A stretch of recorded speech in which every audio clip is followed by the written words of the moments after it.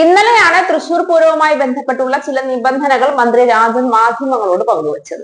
നന്മമരങ്ങളുടെ സഹായം ഒരുപാട് വേണ്ട എന്ന് മന്ത്രി തുറന്നു പറഞ്ഞിരുന്നു. ആവശ്യമായ ആംബുലൻസ് ഉൾപ്പെടെയുള്ള സേവന സന്നദ്ധരായിട്ടുള്ള ഗവൺമെന്റ് വോളണ്ടിയർമാർ കാര്യങ്ങൾ നടത്തിക്കൊള്ളുമെന്നും രാഷ്ട്രീയ പാർട്ടിക്കാരെയും മതവിഭാഗങ്ങളെയും അവിടേക്ക് ആവശ്യമില്ല എന്നുമുള്ള കാര്യം ഇന്നലെയാണ് വ്യക്തമാക്കിയത്. തൃശൂർ പൂരം വെടിക്കെട്ട് അലങ്കോലപ്പെടുത്തിയതുമായി ബന്ധപ്പെട്ടുള്ള വിവാദങ്ങൾ ഇപ്പോഴും അവസാനിച്ചിട്ടില്ല. അന്ന് ആംബുലൻസിൽ സുരേഷ് ഗോപി പൂരസ്ഥലത്തേക്ക് വന്നതും ഇപ്പോഴും വിവാദത്തിലാണ്. ഒരു നാടിന്റെയും കേരളത്തിന്റെയും തന്നെ പൈതൃകം ഉയർത്തുന്ന പോലെയുള്ള പൂരം നശിപ്പിക്കാൻ ഒരു കടന്നുകയറ്റക്കാരെയും ഇപ്രാവശ്യം അനുവദിക്കില്ല എന്ന തരത്തിലുള്ള ശക്തമായ നിലപാടുകളാണ് പിണറായി സർക്കാർ ഇപ്രാവശ്യം കൈക്കൊണ്ടിരിക്കുന്നത്. സുരേഷ് ഗോപി കേന്ദ്രത്തിൽ ദേവസ്വം ബോർഡ് ജീവനക്കാരെ ഉൾപ്പെടുത്തി പോയി കണ്ട് തൃശൂർ പൂരം നടത്തേണ്ട ആവശ്യകത ബോധ്യപ്പെടുത്തി അതിന്റെ ഉത്തരവ് വാങ്ങി വരുമെന്നൊരു വീമ്പ് പറഞ്ഞിരുന്നു. എന്നാൽ പിണറായി സർക്കാർ കോടതിയിൽ തന്നെ പൂരം എല്ലാ നിയമങ്ങളും നിബന്ധനകളും പാലിച്ചുകൊണ്ട് ഭംഗിയായി നടത്താൻ ഗവൺമെന്റിന് കഴിയുമെന്നുള്ള ഉറപ്പ് കൊടുത്തതിന്റെ പശ്ചാത്തലത്തിൽ നടത്താനുള്ള അനുവാദം ഹൈക്കോടതി നൽകുകയായിരുന്നു.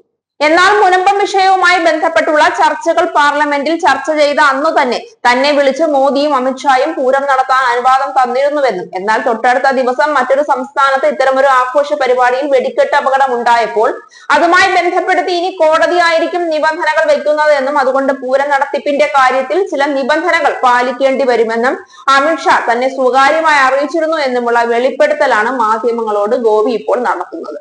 ചുളുവിന് പൂരത്തിന്റെ ക്രെഡിറ്റ് കൂടി ബി.ജെ.പിയുടെ പോക്കറ്റിലേക്ക് ഇട്ടുകൊടുക്കാനുള്ള ബുദ്ധിപരമായ നീക്കമാണ് സുരേഷ് ഗോപിയുടെ ആ ഡയലോഗ് എന്ന് ആർക്കും മനസ്സിലാകും.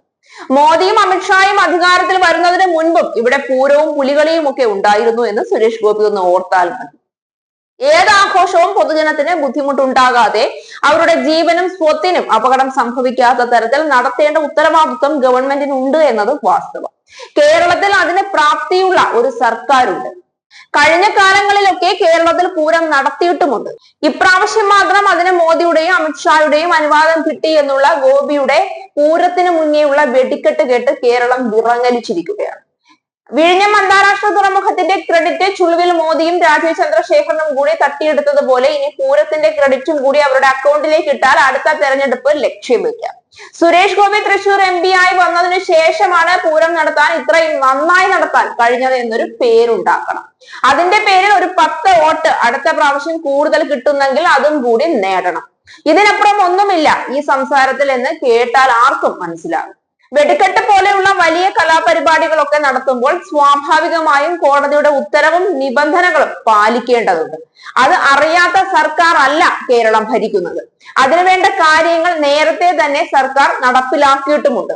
സർക്കാരിന്റെ പുതിയ തീരുമാനങ്ങൾ നല്ലതാണ് എന്നും കൂടുതൽ സുരക്ഷിതത്വം ഇതുവഴി ഉണ്ടാകുമെന്നും ഒക്കെ പറഞ്ഞ് പൊക്കി പുകഴ്ത്തി പിണറായി സർക്കാരിനെ മുകളിൽ കൊണ്ടുവന്നിട്ട് അമിത്ഷാ അനുവാദം കൊടുത്തത് കൊണ്ടാണ് പിണറായിക്ക് പൂരം നടത്താൻ കഴിയുന്നത് എന്നൊരു താങ്ങുകൂടി ചുളുവിലങ്ങ് നടത്തി.